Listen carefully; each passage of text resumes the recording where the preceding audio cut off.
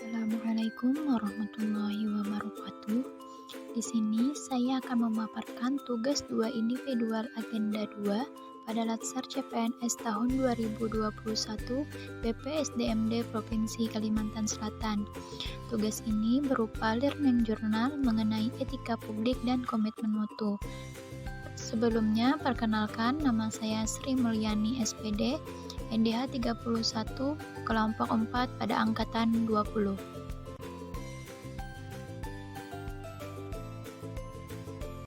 Baiklah, yang pertama mengenai etika publik.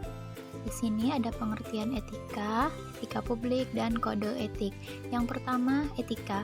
Menurut Kamus Besar Bahasa Indonesia, etika adalah ilmu tentang apa yang baik dan apa yang buruk, dan tentang hak dan kewajiban moral atau akhlak.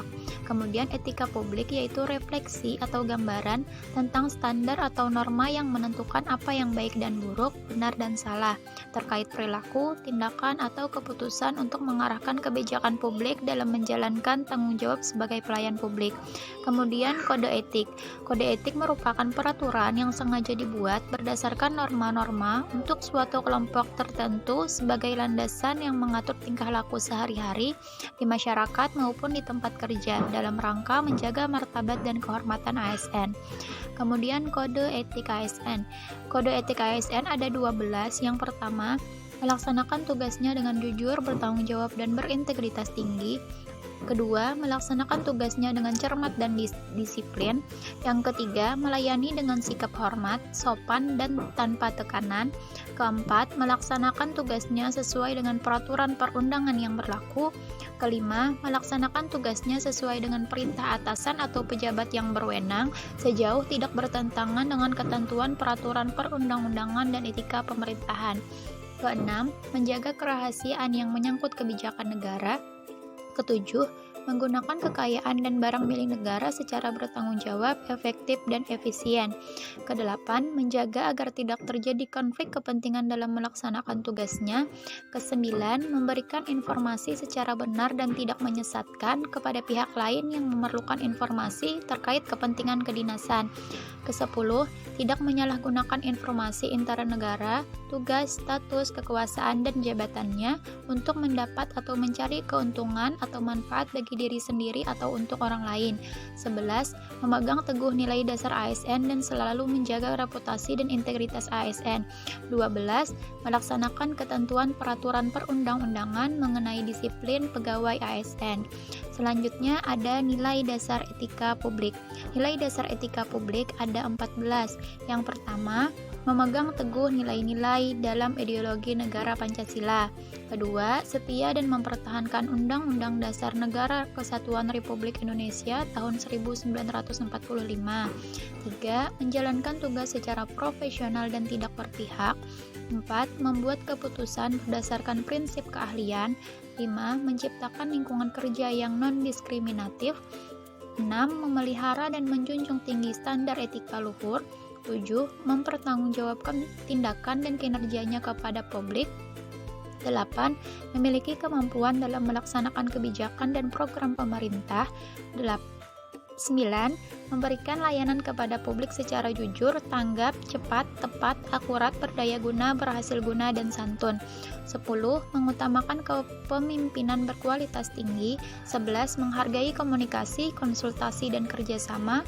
12. Mengutamakan pencapaian hasil dan mendorong kinerja pegawai. 13. Mendorong kesetaraan dalam pekerjaan. Dan yang terakhir, meningkatkan efektivitas sistem pemerintahan yang demokratis sebagai peringkat sistem karir. Yang terakhir, dimensi etika publik.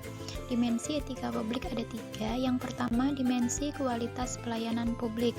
Di sini, etika publik menekankan pada aspek nilai dan norma, serta prinsip moral, sehingga etika publik membentuk integritas pelayanan publik. Yang kedua, dimensi modalitas. Unsur-unsur modalitas dalam etika publik yakni akuntabilitas, transparansi, dan netralitas. Akuntabilitas berarti pemerintah harus mempertanggungjawabkan secara moral, hukum, dan politik atas kebijakan dan tindakan-tindakannya kepada rakyat. Transparansi mengandung arti bahwa peraturan, prosedur, pelaksanaan, dilaksanakan harus jelas dan lengkap dan dapat diketahui oleh pihak-pihak yang melaksanakan. Dan yang terakhir, netralitas, artinya pemerintah tidak ada keberpihakan kepada salah satu pihak yang menguntungkan saja. Yang terakhir yaitu dimensi tindakan integritas publik. Pemerintah atau pejabat publik harus sesuai dengan nilai, standar, dan norma yang berlaku di masyarakat serta tidak melakukan korupsi atau kecurangan.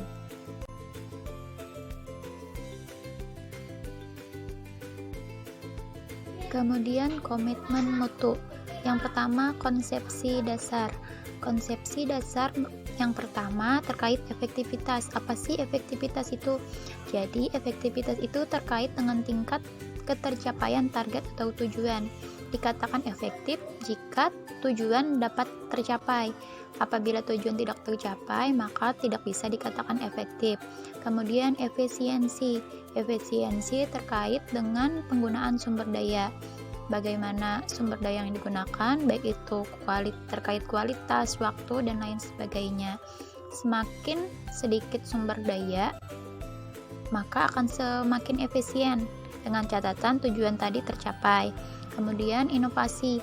Inovasi merupakan perubahan untuk beradaptasi terhadap lingkungan. Dan yang terakhir yaitu mutu. Mutu yaitu kualitas yang sesuai kebutuhan dan keinginan konsumen. Kemudian ada alat pemastian mutu.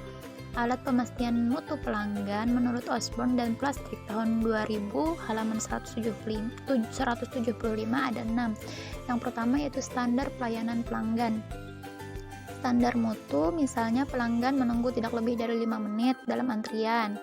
Kemudian ada ganti rugi pelanggan, artinya memberi beberapa bentuk kompensasi kepada pelanggan, biasanya uang ketika organisasi gagal memenuhi standar pelayanan pelanggan.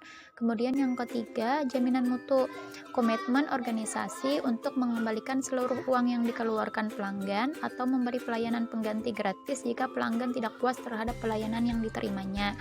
Kemudian yang keempat, audit mutu, biasanya bekerja dalam tim yang mencakup profesional dan non-profesional, mengaudit pelayanan pemerintah dan menilai mutunya. Kemudian penanganan keluhan pelanggan, yaitu menelusuri dan menganalisis keluhan pelanggan, memastikan respon segera, menciptakan metode di mana organisasi bisa belajar dari kesalahan tersebut untuk memperbaiki pelayanan mereka. Kemudian ombudsman, yaitu membantu pelanggan untuk memecahkan permasalahan atau persengketaan dan mendapatkan pelayanan atau informasi yang mereka butuhkan ketika mereka tidak puas dengan sistem penanganan keluhan. Kemudian nilai dasar orientasi mutu, karakteristiknya ada 6. Yang pertama, komitmen pada kepuasan customer atau pelanggan. Nah, kemudian yang kedua, cepat, tepat, dan ramah dalam memberikan layanan. Kemudian yang ketiga, melayani dengan hati. Artinya walaupun dengan fasilitas yang kurang memadai, tetapi pelanggan tetap merasakan kenyamanan dan kepuasan. Kemudian yang keempat, melindungi dan mengayomi kepada publik apabila terjadi perubahan teknologi ataupun kebijakan baru. Kemudian pendekatan ilmiah dan inovatif dalam mengambil keputusan, dan yang terakhir perbaikan berkelanjutan seperti dengan pendidikan, pelatihan, dan lain sebagainya. Dalam upaya peningkatan mutu dan produktivitas kerja pegawai, maka ada beberapa proses yang perlu diperhatikan. Yang pertama terkait input, yaitu perlu diperhatikan apa itu bahan bakunya, sarana dan prasarana, ataupun input lingkungannya. Kemudian dalam prosesnya perlu diperhatikan beberapa hal, yaitu dengan cara bekerja optimal, kemudian tanggung jawab bersama, kemudian motivasi, dan tentu saja kemampuan pendidikan dan juga pelatihan, yang mana dalam proses ini diperlukan pemimpin yang kuat dan memberdayakan, sehingga pada akhirnya akan didapatkan output berupa produktivitas yang meningkat. Kemudian ada pendekatan inovasi. Pendekatan inovasi ini ada beberapa macam. Yang pertama yaitu penemuan, yang kedua yaitu pengembangan, yang ketiga yaitu duplikasi, dan yang keempat yaitu sintesis. Kemudian ada dalam penyelenggaraan pemerintah, diperlukan beberapa hal untuk mendapatkan layanan yang baik, yaitu yang pertama, layanan tersebut harus sesuai dengan standar operating prosedur atau SOP. Kemudian yang kedua yaitu layanan harus sesuai dengan kebutuhan masyarakat. Yang terakhir, aktualisasinya bagaimana mendapatkan mutu yang baik, yaitu perlu adanya perubahan. Yang pertama terkait orientasi pada peraturan. Yang semula berorientasi pada peraturan, kemudian kita ubah menjadi orientasi kepada publik. Kemudian yang semula cara kerjanya asal-asalan dan secara rutinitas saja mau dirubah menjadi cara kerja yang sesuai mutu dan dengan cara baik dan benar. Kemudian yang terakhir, sikap pasif harus dirubah menjadi sikap yang dinamis dan inovatif. Dan yang terakhir, sifat atau sikap individualis dan egosentris harus dirubah menjadi kerjasama yang baik. Dengan demikian akan didapatkan mutu yang baik juga.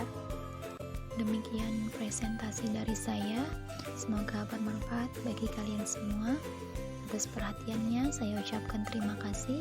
Wassalamualaikum warahmatullahi wabarakatuh.